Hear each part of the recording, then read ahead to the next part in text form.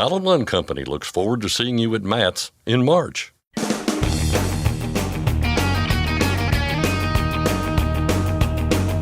OOIDA, representing America's truckers since 1973, presents Landline Now with your host, Mark Redding. Is this the year that a meaningful truck parking bill gets passed and signed into law on the federal level? U.S. Representative Mike Bost doesn't just hope so, he intends to make it happen.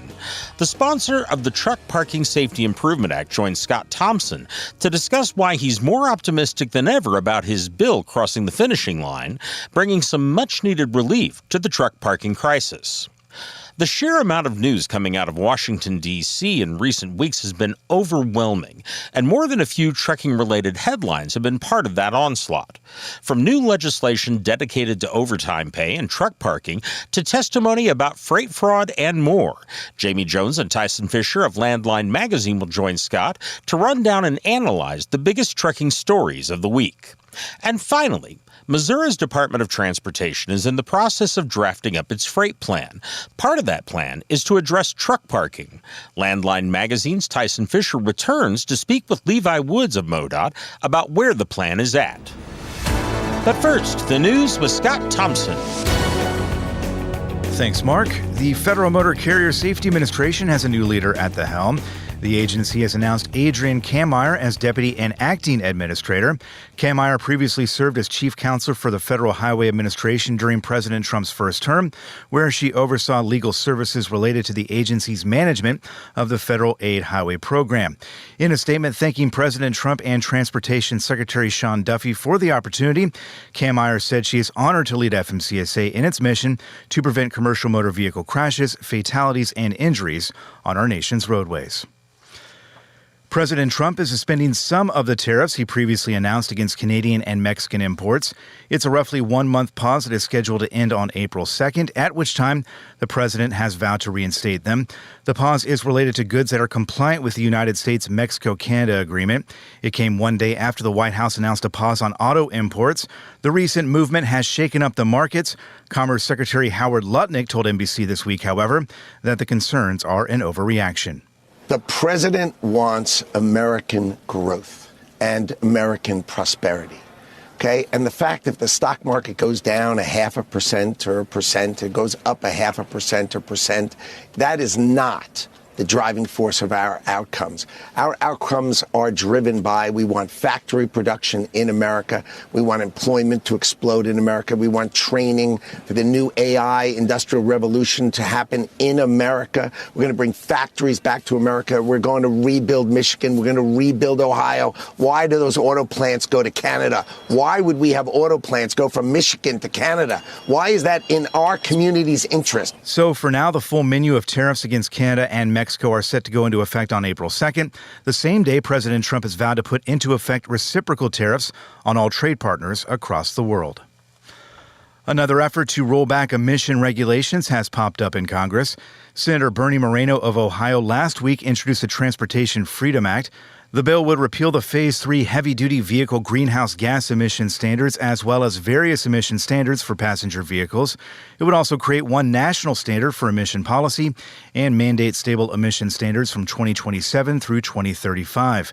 The Owner-Operator Independent Drivers Association has expressed support. An association spokesperson said environmental regulation should only be implemented in a reliable and affordable manner that does not price its members out of the industry, something OOIDA said has hardly been the case in recent years. In case you missed it, there's a new push in Congress to grant employee truck drivers the right to overtime pay. The Guaranteeing Overtime for Truckers, or GOT Truckers Act, was introduced in both the House and Senate this week. It would amend the Fair Labor Standards Act of 1938 and require that truckers get overtime pay when they work more than 40 hours in a week.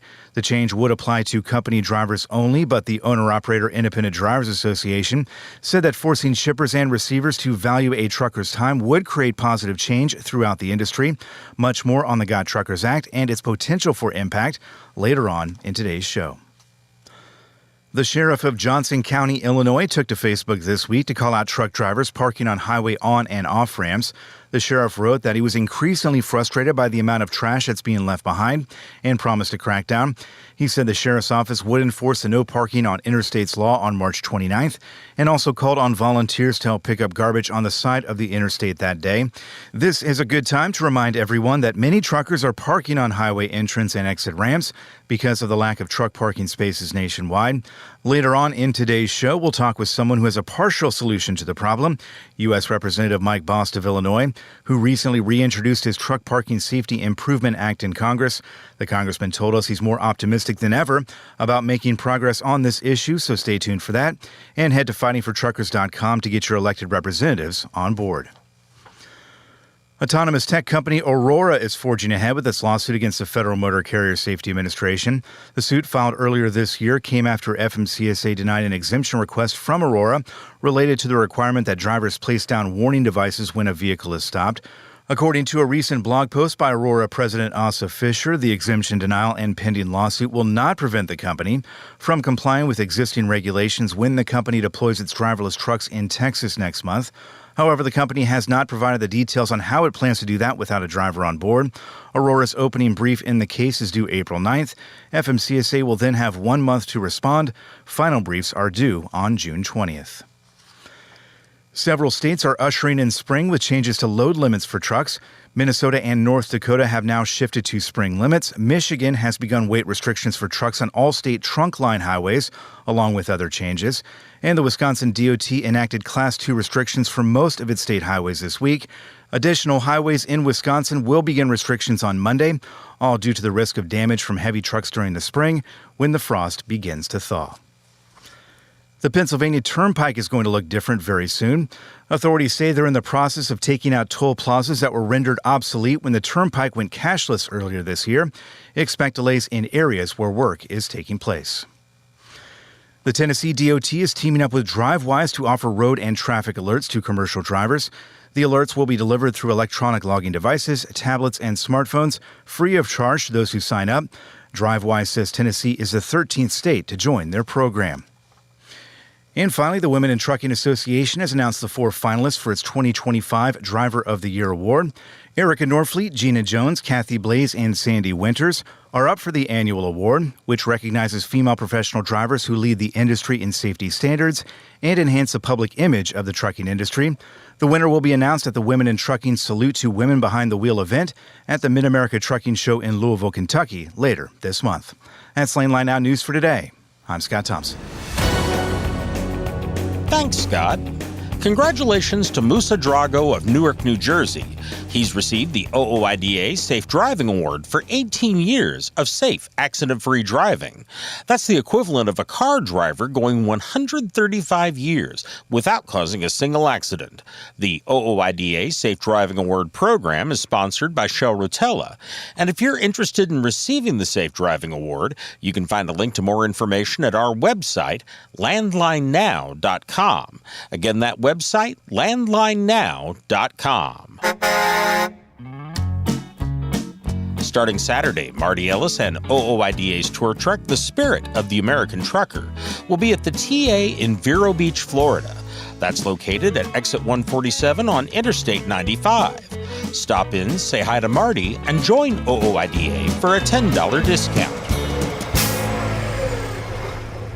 Next, Scott Thompson discusses a truck parking bill in Congress with its author, U.S. Representative Mike Bost of Illinois. Jamie Jones and Tyson Fisher of Landline Magazine join the show to run down and analyze the biggest trucking stories of the week. And Landline Magazine's Tyson Fisher returns to speak with Levi Woods of the Missouri Department of Transportation about drafting the state's freight plan. We'll be back in just a moment with more news and information. Please stay with us through a short commercial break. I'm Mark Rettig, and this is Landline Now. Protect your diesel engine with Howe's Diesel Defender. Restore vital lubricity, eliminate injector deposits, and boost fuel economy by 5% or more. Power, performance, protection, all in one. Howe's Diesel Defender, available now. Firestone's FD694 drive tire for long-haul and regional applications now delivers 126,000 more removal miles than the Yokohama TY517 MC2. Contact your Firestone commercial dealer to learn more. Are you tired of the IRS following you around like a dark cloud? Call 888-557-4020 and get your life back. Landline Now, welcome back. Recent estimates are right now that for every 11 trucks on the road, there's one parking place. That's U.S. Congressman Mike Bost speaking at one of many hearings in Congress he's involved in, and in nearly every single one of them, he brings up the truck parking crisis, hoping to bring attention and action to the problem. But Representative Bost isn't just talking the talk, he's also walking the walk. He's introduced his Truck Parking Safety Improvement Act 3 times before, and he's back with a fourth version of the bill that would allocate $755 million for free, publicly available truck parking spaces nationwide. This is an issue that is close to Congressman Bost's heart, and he joins the show now to talk about the effort and why he's more optimistic than ever that his bill is going to pass this time around. Congressman Bost, first of all, thanks for joining us again. Always good to have you. Good to be here. Thank you. Appreciate it so much, John. My first question, are we going to get this done this time around? This is, I think, the fourth crack at this bill, right? At the truck driving bill? Yeah. Or truck parking bill? Yeah. My hope is every year we get more and more people on board with it. And I'm going to tell you, why in the world we have to have, because we can show all the accidents. You remember the last time we were pushing it, we had the accident where the Greyhound bus hit the truck and hurt and killed all the people in the Greyhound bus because they were parked on the shoulder. This. I don't want to see more deaths. I want to see action done, and I want the states to move forward, going ahead and getting these parking places in place for the safety not only of the drivers themselves, but the safety of non-commercial drivers that are out there on the road, for the safety of them not only as far as accidents, but also parking away from areas that are unsafe and where they can be robbed and murdered, as has happened so many times, and what it does to production. You know, we got the studies last year that it's going that according to the study that was done, an average driver spends 45 minutes a day looking for a parking space to keep himself or herself within her logged Right. hours. Yep. Hours of service. So my hope is, yes, we're getting more people on board. Remember, a couple of years ago, when the Democrats were in charge, we actually got De Fazio that all of a sudden woke up and goes, "Oh my gosh, we need to do this." Yeah. And I'm like, "Yeah, I've been telling you that." So. Yeah, we're certainly going to get into, I think, I do want to know what those conversations are like with your colleagues, and I do feel like there's momentum behind this, this topic and this issue. I want to take a step back, though, before we get into that, because I think there are probably some people out there who are not familiar with this particular piece of legislation, the Truck Parking Safety Improvement Act. Mm-hmm. So can you explain to them what exactly your bill would do? Well, first off, I'm not new to this, and your listeners need to know that. I grew up in the trucking business. I actually ran the trucking, and I know the problems that we're facing. Now, in the House Transportation Committee, what this bill does is it basically allows for money that is put into the transportation bill that because if we give it to the states and they're going to decide to build roads and bridges, they're not going to take the money out of that, unfortunately, to make and expand existing parking areas and create more parking spots along the roads because of the danger that exists. What this bill does is it allows it to be a grant above and beyond the normal highway funds to build these parking areas, expand existing. If you want to expand the rest area, you can do that. We have written it so that if you are a private trucking or private truck stop, whatever, you can build them, but you can't charge them. You can't charge for them. You know, right now there's a whole lot of truck stops that are charging. This would not allow them to do that, but it would allow them to expand as long as they didn't charge to give the opportunity for more trucks parking spaces to be available. Yeah, and since you first introduced this in 2020, and we kind of talked about it there a moment ago, but I do feel like there's more awareness about this issue now than there was even 5 years ago. Sure. However, that being said, I don't think we've seen much improvement on a grand scale. I think that's probably very safe to say. You know, you talk with truckers quite often. I know this topic comes up when you talk with them. What are they telling you about the situation out there that they're seeing and dealing with every day? Instantly, every trucking group, as well as those who are support groups for trucking, concerned about the amount of people who are drivers and everything like that, they have come on board with this, and they are lobbying all of their members to make sure that they push towards their particular legislator, even if that legislator is not involved in the transportation committee, to move forward and support this bill. There is no opposition to it as far as people in the transportation committee, but it's just getting them aware. As I said, the former Democrat chairman of the committee, for many years, he kind of just ignored it and didn't pay a lot of attention to it, and the bill kind of sat. And finally, just the year before he left is when he goes, "We got to do something about truck parking." I just looked at him and go, "Yeah, I've been saying that a lot." You know, this is, and it's the groups because this isn't a Republican Democrat thing. This is a case of business needs it, public safety needs it, the United States needs it, and some of the things that discourage. You know, some of our fastest growing drivers are women truck drivers. Well, I'm going to tell you, putting a woman truck driver out there and then have to have her go to some of these rough areas where you're going to have to park your truck is not safe for them. It's not safe for a male driver, but it's definitely not safe for a woman driver. And this is some things that we just need to get the general public to understand. This is a public safety issue. Yeah. Yeah, it absolutely is. And, you know, you bring this up every time I see you in one of these hearings, and if it's about transportation, obviously, you're bringing up truck parking. If you talk about the fact that 45 minutes of a driver's day is spent looking for a place to park, that takes a whole lot of things that need to be moving in that supply chain off the road, looking for parking spots rather than moving down the road just to the place where they have to because they're electronic logbooks. You know, you bring this up every time I see you in one of these hearings, and if it's about transportation, obviously, you're bringing up truck parking, which I think is incredibly important because there are people, your colleagues in that room, lawmakers, who probably have not thought much about this topic. So the more that you bring it up with them, the more aware they are. And as you kind of talked about there, anytime you talk about this issue with somebody who doesn't quite understand what the issue is or the problem is, it becomes abundantly clear to them why it's a problem and why it needs to be fixed. And you have those conversations all the time, it sounds like. All the time.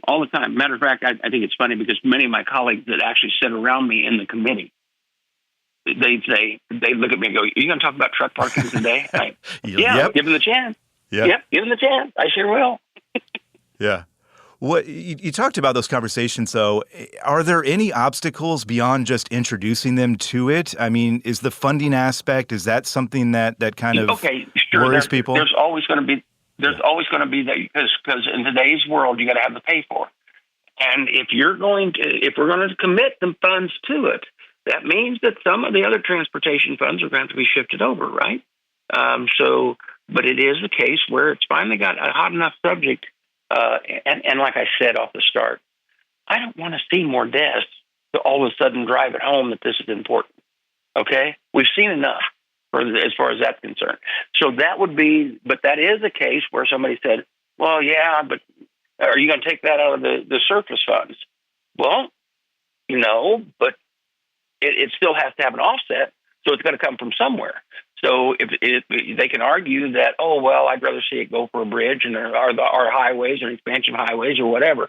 So you got to do a lot of arguing to explain why it's important. Yeah, and to continue giving you credit here, the bipartisan aspect of this, right? I'm looking at the bill right now. 14 Democrats are co-sponsors, 13 Republicans, so pretty much split down the middle there. Mm-hmm. And you said it off the top, too. which is important, I think, that this bill has made a bit more progress each time it's been introduced. Correct. It's never gone to a full House vote yet, though. Are we going to get there? I ask you the same question off the top, but I get the sense that we've got the right momentum here. Yeah. The thing is, trying to work with the chairman to make sure we put it. This could be put into the surface bill, and we're moving forward with the surface bill. Okay, and that's so many people just refer to that as the highway bill, but that's what it is. It's about the actual roads and bridges. You know, we have the waterways, we have all that, but this year, this is the time that we're working on the surface bill. So I believe that we can get in. So you think that may be the avenue this time around to get this thing through? And those conversations are happening. Then those conversations are definitely happening. Yeah, and you're confident that they're receptive to this idea? They are, and you know that's the important thing is getting the chairman on board, which we've got, and then the chairman of the subcommittee on board, which we've got. So yes, that's encouraging. That's very encouraging. It is encouraging. Yeah. Especially, again, this is the fourth time I know this bill, and again, oh my gosh, credit to you. I mean, you keep coming back to it because people need to know about it. You know, when we're all kids growing up, and we wanted, there's that comment that we've heard made in our lives, and that's, wow, that'll take an act of Congress. Well, this is why they call it an act of Congress, because you beat your head against the wall, you try to explain, and then what's really wild is you finally get a few people that are, oh, wow, you're right. And then all of a sudden they either retire or get beat. Now you got to go argue with the person that took over in their spot and try to get them on board. So, but it is what it is, and that's how we're trying to argue for it. You touched on something that I hear a lot, and I'm almost certain that you hear it more than I do. I'm sure you have to, from people who say, it's not worth it. They're not going to get their act together. I shouldn't reach out to them. I don't need to reach out to them. It doesn't make a difference. There are people listening to this right now. Yeah, there are people listening to this right now who are dealing with the truck parking crisis each and every day. It's not just an inconvenience. It's a safety issue, as you talked about there, and a whole number of other things. Right. Someone listening to this right now, our conversation, who supports this, supports your bill, supports you, and wants to get this across the finish line, what can they do? What should they be doing right now to help you and everybody else that's involved with this get this across the finish line? About three things. One is if they're involved with any of the trucking organizations, with the independent truckers, the National Trucking Association, your state trucking associations, contact them to make sure that they're on board, which they are, and tell them that you want to encourage, and then find out what they're doing as a whole, whether it's, saying, hey, your particular congressman is not in support. Then reach out to your congressman's office, but don't just reach out to the congressman. If you see the congressman out, make sure you bring it up. If you are reaching out to the office, make sure you talk to the actual staffer that advises the congressman on their transportation issues. And the other thing is to make sure that the general public that does not know and understand this, because they think, oh, this is just about over-the-road truckers. Well, it is until you're the four-wheel vehicle that is on a family vacation and you get a little drowsy and you drive in underneath one, and get the general public around you to understand how important this is. Yeah, OIDA's fightingfortruckers.com website's a great place to start that process that you just talked about there. Congressman Bost, we've taken up a lot of your time. Thank you for your time, for your work, especially on this topic as well. We really do appreciate it. You've got an open invitation anytime you want to come on. Thank you so much. Appreciate the help. Thank you. Our thanks once again to Congressman Mike Bost of Illinois. You can help him get this bill passed by going to fightingfortruckers.com. Landline Now is back right after this. Dispatch, I picked up that load of steel, so I'm ready to roll. Sounds good. Remember, we're getting paid by weight, so make sure to use a cat scale. I wouldn't weigh anywhere else. Forget misaccuracy when you truck on a cat scale. Penske is the trusted source for quality used trucks. Whether you search our website, call our sales staff, or bid at our online auction, you are sure to find the right used truck for your business. Visit PenskeUsedTrucks.com to view our inventory and learn more. Welcome back to Landline Now. To say there's been a fire hose of news coming out of Washington, D.C. in recent weeks would be an understatement, and mixed in with the rest have been a number of trucking-related headlines. We're going to touch on some of those now with the help of Jamie Jones and Tyson Fisher of Landline Magazine. Jamie, Tyson, good to see you. Hey, good to be here. Thanks for having me. So, we've got a lot to cover here. We're going to start with the God Truckers Act. We've talked about this before, but I think it's worth revisiting and talking more about. This is the bill that would give company drivers the right to earn overtime pay. I'm glad you're here, Jamie, because I think you, maybe better than anyone, can help us put this into perspective a little bit, because the bill itself, as I said, would benefit company drivers. Correct. Ensuring they get paid for all the time that they put in. But the impact of this would be pretty widespread. It really would. And the first time that this was introduced in the last Congress, the reception was really warm. People were appreciative of how that is. And the ATA spin cycle has been in full gear for quite a while. So successfully have muddied the waters a bit.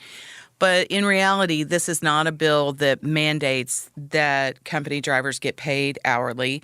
There can still be those percentage loads. There can still be all these other things in with it, but it looks at the total of the day and compares it to how many hours. And so anything over 40, it takes the total of the day, and that's got to turn that last 20 into, if you work 60, time and a half. So there's a lot of confusion that I fully expected this time, because like I said, the big motor carriers do not want this. Yeah. And it's for obvious reasons. Right. I mean, they're beholden to shareholders, and they'll poor mouth you all day long if their profits are down 10%, but I promise you they're still making money hand over fist. Sure. So don't buy into that rhetoric. And for owner-operators who are out there and wondering, well, how is this going to affect me? Who undercuts you worse than anybody on rates? These big fleets leverage these contracts with shippers and receivers. They can undercut you because they pay company drivers so poorly. They keep their equipment costs lower for various reasons. They basically, spec out simple trucks. There's not a lot to them. Yeah. There's just a lot of ways that they can keep their costs down that owner-operators can't. And one of those is lower driver pay for company drivers. So this, when you raise up some, the rest will follow. The rising tide, lifting all ships thing. Yes, yeah. exactly. And that's really what we need to stay focused on this. I know the OIDA Foundation has done white papers and myth-busting papers and all these other things, and we'll be distributing those on the regular as this goes on because, one thing that we've learned, ATA is not going to let up on this issue, so it's real important for company drivers and owner-operators alike to understand that this can benefit everyone. Maybe not the fleets as much. They might have to poor mouth their shareholders for once. Yeah, but this just speaks to the ongoing issue that OIDA and other people keep making, in that you are pushing good drivers out of the industry because you're treating them poorly. Right. So if you're talking about company drivers and you're not paying them for all their time, that speaks to the entire industry as a whole. It also, you talked about shippers and receivers. They would, you would think, be more pressed to be more efficient with people's time if they knew that everybody was if the overtime issue was there as well. Can you imagine the pressure from fleets alone to get their get trucks, them moving, get them in there, loaded and unloaded? Yeah. Oh, my word. Yes, this is one of these things that, again, rising tide, lifting all ships. And we've seen President Trump talk about overtime pay and not taxing overtime pay. So it's on his radar as well. It's on the radar of people that are making these decisions. So we'll see how it all goes, but at least it's it's out there. The awareness is there. Yeah, and it's really important that this pro-trucker legislation is being introduced again in this Congress because we have opportunities coming up that we could really push these across the line. Speaking of opportunities and pushing things across the line here, we spoke with U.S. Congressman Mike Bost earlier in the show about this newly reintroduced truck parking bill. Tyson, he's more optimistic than ever about this thing getting passed, and there are some tailwinds, I think, behind him and this issue. Yeah, no, he absolutely should be optimistic. I mean, Yeah, it's worth pointing out, like, this is his fourth bite at the apple of this whole thing. Yep. And so some people might find that to be discouraging, like how many times. But the thing is, I was looking at the progress of the Truck Parking Safety Improvement Act, and each time it's reintroduced, it gets more and more momentum. I think the last time it got 53 co-sponsors, 27 Democrats, 26 Republicans. I mean, this is as bipartisan as it's going to get. And why wouldn't it be? We're talking about an issue that nobody disagrees with. How can pavement be political? Right. Yeah. But whether it's the public sector or the private sector, everyone agrees that truck parking is a problem. That's not debatable. If you're someone who's worried about, government spending, no extra spending. This just allocates money that already exists and just gives it specifically to truck parking expansion projects. I mean, it's kind of a no-brainer. And then, considering, Mike Bost, being a Republican, they have control of pretty much the government right now. And so, you have that momentum on their side. Also, just as a lot of the conditions are kind of ripe for this one to actually get out the door and then signed by the president. So I do share that optimism. Yeah, and there's obviously the traditional avenue of, passing the bill, getting it signed into law by the president. He also did talk about the possibility of getting this into the highway bill, which is another avenue that is there as well. You look at this, it's so hard to kind of put your mind around these things when you're talking about dollar figures and, what the money would go toward and what it would do. In this case, I'm curious because obviously this is your, bread and butter here, Tyson, but $755 million, it's a lot of money. How much good would that do, I guess, over that, I think, 3-year period, right? Sure. I mean, it depends how they spend the money. But, I mean, look, it'll probably put a dent into the problem. It's not going to solve the problem, that's for sure. For sure, yeah. But it is a start. It's absolutely a start. And it would kind of signal to everyone that, the government is serious about this and we kind of get that ball rolling. And I think that's the important part is that there is some significant investment in truck parking at the federal level. And then the other thing about that is that there's a lot of states that are actually ready to start pouring concrete. They just don't have the money. And they have the money available through grants, but those grants aren't specific to truck parking. It fights for other projects that are more important to the general public, like bridges and roads and stuff like that. So when you have, a pool of money specifically for truck parking, I know there's a lot of states that are locked in, ready to go to implement their projects. And so, you get that money out there for them. It will be used.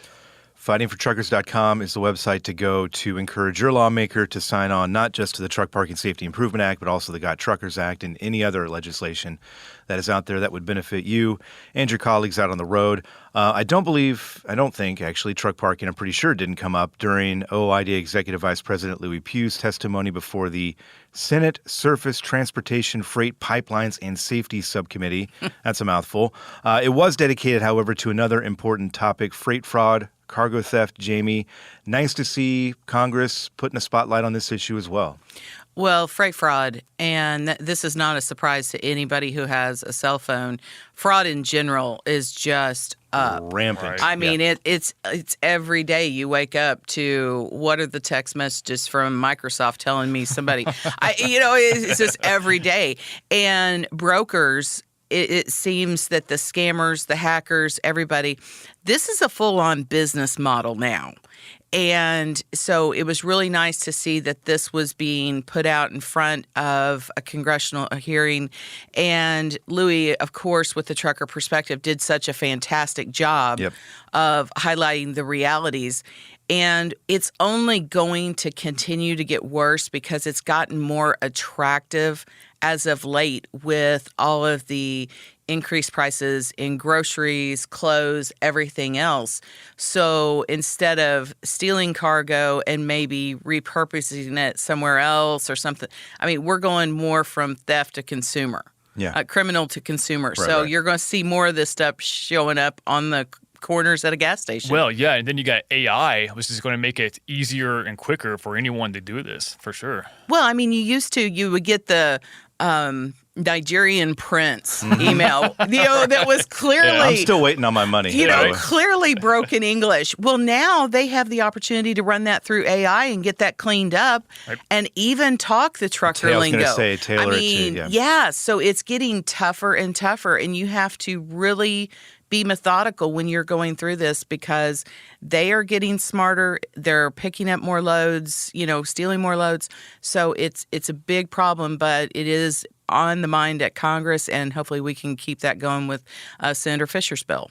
Yeah, and there was a CEO of a transportation company, Adam Blanchard, who had been victimized by this kind of scheme. That was Poor guy. Yeah, it was a powerful testimony, though, and he essentially said, hey, we're not getting any help here. We need help. And I think that really spoke, hopefully, to the people there in Congress. But yeah, they're working on a couple things. The broker transparency issue is kind of folded into this as well. Right. There's many, many layers to this one, yes. So many layers, and we'll keep an eye on that. But another issue you should continue keeping pressure on lawmakers to do something about because we need all the help we can get for sure. We don't have a whole lot of time, Tyson. I wanted to make sure we hit on an important or interesting topic as well, right to repair laws. You recently covered some legal wrangling, I guess, in Massachusetts about this issue. And this one is really a win for people who want to fix their own stuff. Yeah, so right to repair laws basically, so what that means is that everyone has access to the necessary data or information in the vehicle that's necessary to make diagnostics and repairs to a vehicle. So as vehicles become more computer centric, it's more difficult to make these repairs. You got to get into the computer systems. Before right to repair laws, the argument is that independent repair services didn't have the same access to the vehicle's computer as franchise dealerships, so that was a problem. Right to repair laws gives everyone that same access. So in November 2020, Massachusetts voters decided to strengthen their right to repair laws to include modern day technology. The vehicle manufacturers did not like that because they don't think the technology exists to allow that to happen the way that they want it. So they filed a lawsuit against it. So because of that lawsuit, that 2020 law has pretty much been in limbo. The state hasn't been able to enforce it. So fast forward, more than 4 years later, the case finally got resolved. And the long story short is the court basically gave the state the green light to move forward with their right to repair law. Now, why this is interesting is because Massachusetts was the very first state to pass a right to repair law back in 2012. And as a result of that, the manufacturers kind of realized they can't manufacture vehicles specifically for Massachusetts. So they did they signed a memorandum of understanding. It's like, we're just going to apply this everywhere. Yeah. So the question is, will this strengthened new right to repair law in Massachusetts compel the manufacturers to roll that out nationwide as well? Thing is, I think we might not know that for a while because they will likely appeal this decision to kick this can further down the road. It's going to get caught up in the court system for a while here. There is a federal... You don't say.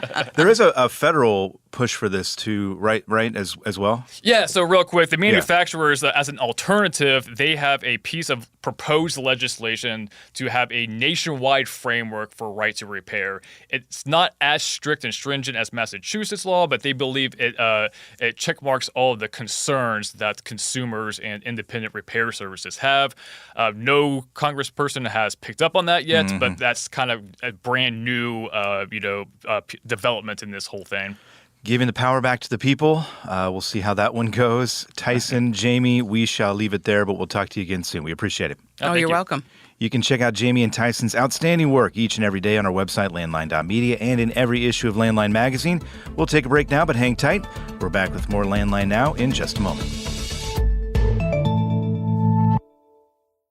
At Truck Stop, we built a better load board for carriers like you. Sign up today and access over 600,000 loads on the most trusted online load board. Learn why the best in the business rely on Truck Stop to make more money and start driving your profit today. Capital Reman, the leader in remanufactured diesel engines and components, has partnered with OOIDA to offer exclusive member benefits. Visit capitalreman.com today to support America's transportation industry and take advantage of your benefits. Since you started, what you've loved about trucking is the freedom. Heading out on your favorite route, a good driving song, and thinking about truck insurance. Well, maybe not that last one. That's why we're here. At OOIDA, we have a full range of truck insurance products, expert advice, and great customer service, helping you get the right coverage for your operation. Go to OOIDA.com because your job is to drive. Our job is to help with everything else. Landline Now, welcome back. The state of Missouri is currently working on its freight and rail plan. Tyson Fisher of Landline Magazine recently spoke with Levi Woods, the administrator of Freight and Waterways at the Missouri Department of Transportation. Thanks for joining me. So from what I understand, Missouri is, I guess you're drafting the state's freight plan. Can you kind of just go over exactly what that is? Yeah, so we're working on our state freight and rail plan, and kind of what that is in a nutshell is a strategic document that outlines the visions, goals, and priorities of Missouri's freight and passenger rail systems. And then it also takes a comprehensive assessment of existing conditions and provides short and long-term goals to improve and enhance the freight and rail infrastructure. Okay, great. And it sounds like part of that plan is to address truck parking in Missouri. So, so far, what have you, or what if anything, have you identified at the state level in terms of truck parking and some of the issues that we may have there? So right now, like I said, we're just kind of in the infancy stage of starting on this update to the state freight and rail plan. So we're just kind of jumping into it now. And that's why we're kind of reaching out to the community right now. The state freight and rail plan has several different topics, but one of the ones that does get keyed on is the truck parking analysis. So, that's kind of what we're looking kind of toward your audience to help us with is some of that type of feedback. So, I mean, and it kind of begs the question then, like, is truck parking, is this a fairly new topic to kind of pop up in these freight plans? I mean, it kind of seems like more and more states in their respective freight plans, they are including truck parking. And I'm not sure if that is something that has always been that way. Is this something that's fairly new for at least MoDOT? So as far as I can tell, this was part of our last plan also we did 4 years ago. So I wouldn't say it's new to us, but yeah, it's been on our radar. You do hear more and more about it here in more recent years, it seems like. Yeah, no, that's great. And I know that Missouri isn't necessarily one of the, I guess you can call problematic states, as far as compared to others, but there are still pockets here and there where there might be needs. So this kind of jumps into to this truck parking study that you currently have going. So kind of talk to me about that study and what you hope to glean from that study. Yeah, so we're going to use this information and it's going to kind of ask drivers about their experiences of finding parking in Missouri, where more, like you just said, where more parking is needed, and what parking amenities are important to those drivers, including features that increase the driver's feeling of safety, right? We want them to have a place where they feel safe to be able to park. We use some of this, some input from drivers in previous study was used by MoDOT to develop plans for truck parking expansion that's going to occur along the I-70 corridor, which may lead to other plans in other areas of the state. Like I said, we invite all those who operate in Missouri to kind of participate in the survey that we have going out this week, to kind of help us. Like I said, who's better to ask than the folks using the system themselves? And if we don't, we want to hear from the experts, the people in there doing it day in, day out. Yeah, and I think it would be pretty important, maybe emphasize that the more data that you get, the more truckers that participate in the survey, then the better the output. Basically, the output of the data is only as good as the input. So the more truck drivers that give you more information, then I guess the more accurate you'll be able to kind of pinpoint where the problem is. So with that being said, I haven't taken a look at the study yet. Is there like an option to kind of indicate specifically where they're having issues? Is that part of that study? Yeah, I believe that's part of the survey that's coming out to gives folks the ability to identify those areas. Like I said, there's several different questions to it, but yeah, that should be part of it also. All right, perfect. Yeah. And another question I have, and I don't know if it's kind of part of that study, or maybe it would help inform this, but I know that Missouri in the past has opened up, like weigh stations and stuff like that to truck parking. To the best of your knowledge, is that something that the state is still pursuing? Basically, kind of like alternative solutions to truck parking? Yeah, of course, we're always looking for that low-hanging fruit where we can expand. I know in the past, like you said, we've had old weigh stations that have closed down that we've converted over to truck parking, just because there are areas that are already there in that area and are ready to use. But yeah, that is also, those remain at place to park also the weigh stations. So rather than get rid of those completely, we feel that's been a good use of that right of way to be able to allow those folks to park there. Oh, sure. Yeah. Like I said, I think there's a lot of other states.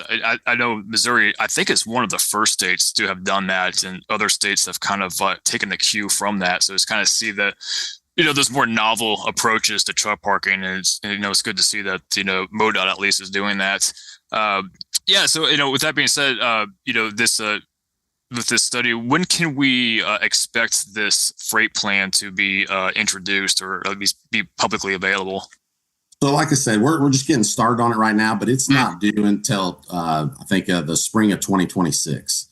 So we got a ways yet to go. So it's going to be some time. But like I said, we're just getting started on it now, but it takes some time to get all this information together. Yeah, sure. Yeah, definitely. And then I would imagine that some of that information that you could get from that, can this inform possible, not just truck parking policies, but how MoDOT may allocate funding? Like, I know there's lots of different grants available, federal grants for truck parking eligibility. Could like this input help, kind of push MoDOT, towards applying for grants specifically for truck parking? I'll just say that the plan, that would probably be one of the long-term goals I kind of talked about initially. Sure. We want to identify those goals. But yes, there has been some research that we've done in the past, again, that we've been able to use to apply for grants.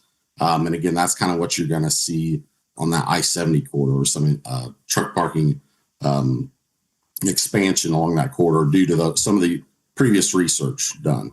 Sure. And I think important to kind of state that you can't fix what you don't know about. And so that's kind of, the purpose of these truck parking studies. And I know, a lot of truck drivers are kind of burned out on studies, but it is important that if they want the issues, fixed, if there is a, problem with truck parking in particular areas, they're the ones who are going to know more than anybody. And so that's kind of like, I would imagine that is the overall purpose and goal of this study, is to identify those areas, right?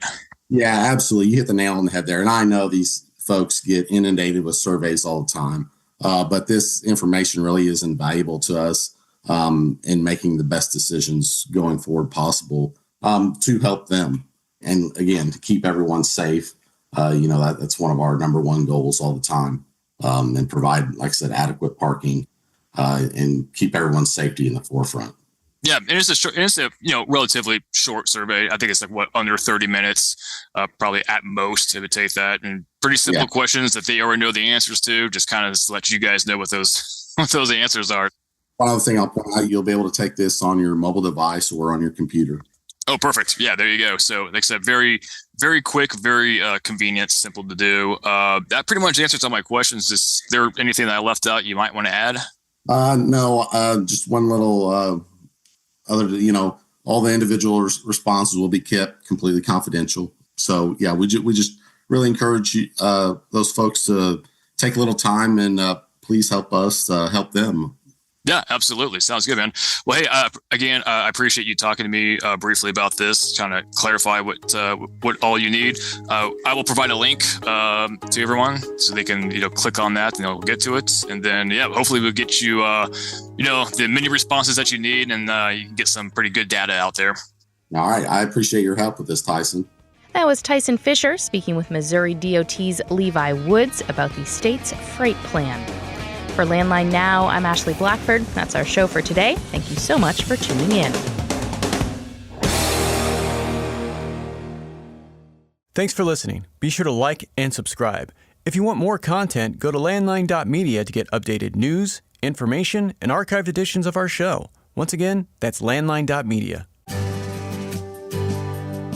I'm a dad, a son, a husband, wife, I'm a writer, photographer. I farm. I'm a veteran. I love old cars, fishing, my kids, chrome, and I am a professional truck driver. And together we are OOIDA. OOIDA was founded by truckers to stand up and speak on behalf of truckers. We've done that by combining the individual voices of our members into a single, powerful voice. Protecting your interests, defending your rights. Join us! Make your voice heard. Join OOIDA, the Owner-Operator Independent Drivers Association. Call 1-800-444-5791 or visit OOIDA.com.